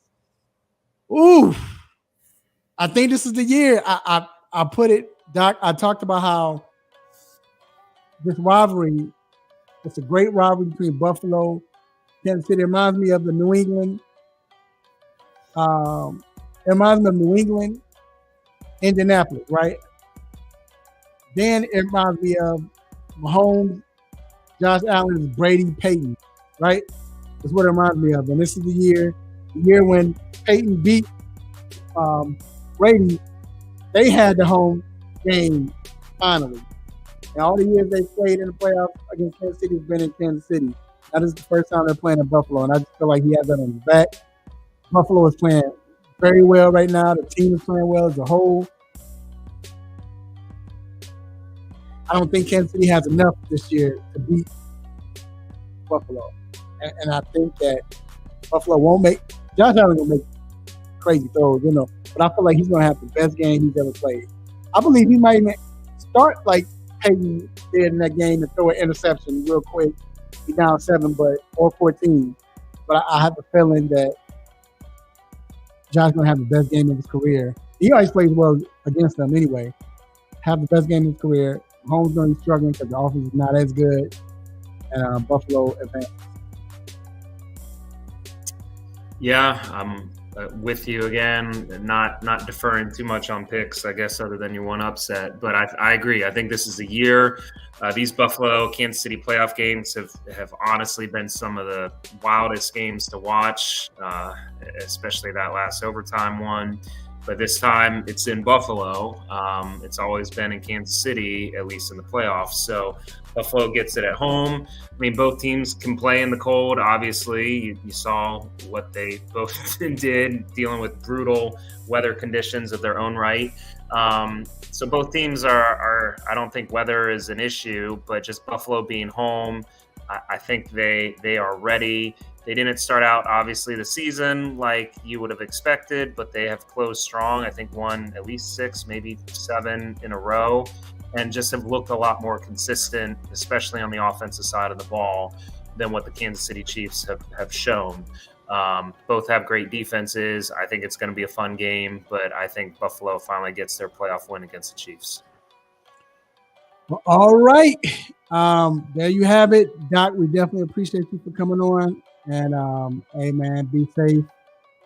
It's gonna get cold again Friday here in Atlanta. It's cold now, but be safe, man, and take care. Tell the family I say hello. Even Yes, the dog. sir. All right, we'll see you next week. See you next week. All right. Well, we're gonna take one more break, and we will be right back. You might want to look at this because this might be able to help you out. Yo, what's good, everybody? This is K Boogie here with your food for positive thoughts on the 3-point conversion with our boy, Mr. Controversy. Today, I was going to put it off. I was going to put off going to the gym. I said, you know what? I'll do it tomorrow. I'm not going to worry about it. I said, I'll do it tomorrow. Don't put off what you can do today. What you can do today, don't put it off till tomorrow. You know what I did? I got my behind up. I said, you know what? No, I knew I had an appointment this morning, but I said, yo, you got enough time to go to the gym and still make it to your appointment. So I said, get your butt up and go to the gym. We have to push ourselves. When we start talking about, oh, I can wait until the next day. Oh, I can wait until next week or whatever it is, as far as for whatever you're trying to do, don't do that.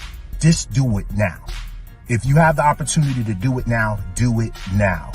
Don't put it off, because when you put it off, you're going to put it off even more. And what I mean by that is that you're going to put it off to the next day, to the next day, to the next week, to the next month, and then, so on and so on. So let's go get it. We got it. We deserve it. We're supposed to get it because God has equipped us, because you're equipped. I'm equipped. Let's get it. Yo, God bless. See you next week. Peace. See you next week. Peace. All right, we are back inside the 3-point conversion sports lounge. And if it's controversial, Skip Bayless. Hey, Sharon says, Vincent, hey, this game will be a tough one. I feel like a gang initiation. Yeah, man. Sharon, y'all look good, bro. I came front. I came in front. Y'all look good, man. Yeah, y'all look good. So look, hey man, a shout out to Sharon, man. If y'all hear all these beats, man, this is the guy that makes the beats for us, man. And hey Sharon, we need some more, man. But this is that guy. So hey, listen, I appreciate everyone paying attention to us, listening to us. I appreciate it. And you know what? Like I always say, if you hear this music, you already know what it means. It means it's time to let you go. But before I let you go, have a couple of shout outs and stay tuned because you might be part of it. First off, I want to give a shout out. Hey, we with it, bro. I want to give a shout out to the Almighty God for giving me this platform to do what I do, say what I say, make you all upset, mad. Want to give me the stop it button. God, I appreciate you. I thank you for this. Also, I want to thank Dr. Fowler for coming on. Appreciate you, Doc. Like always, man. Thank you, man. I want to thank everybody who listens to the show, man, who listens to it as a podcast, but also who's watching it live, listening to it live. Appreciate you, Sherm. My guy, Vincent. Let's talk about it. TJ Bentley was on here earlier. Who else? My guy, Golly was on here. I mean, everybody else who even hadn't said anything but listening and watching, we appreciate you. I want to shout out to my beautiful wife, my lovely children, my nieces, nephews, brothers, sisters, cousins, aunties, uncles, grandparents, play cousins. Hey, love on family. Let family know that you love them. Love them while they can still feel it. Love them while they still alive. Yo, this week, eat good, drink responsibly, stay warm. Sam, I know it's cold up there too. Watch sports. You got NFL playoffs. You got NBA right now. Even hockey, college basketball. We will be talking college basketball coming up. Hey, but again, man, y'all stay safe until then. Next week, same time, same show, and work out. You're right, Vince. Work out. Same time, same show, same crazy host, same sports nonsense. When you miss me, I'm out. Peace.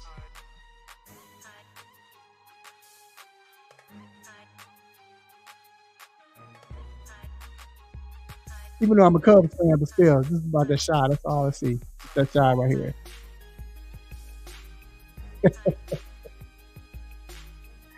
All right, y'all. I holla. Still got to let music play for a little bit, y'all. One of my favorite joints right here. Man, Sherm, hit this up. Shout out to Sherm Beats. We need that face of music back.